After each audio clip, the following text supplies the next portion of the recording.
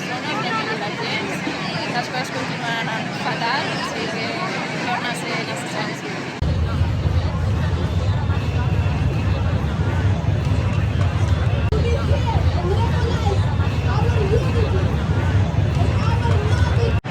El que reclamem en aquestes manifestacions és el feminisme. Tots els homes poden ser feministes i ho han de ser, perquè el que el feminisme vol és la igualtat de drets entre homes i dones.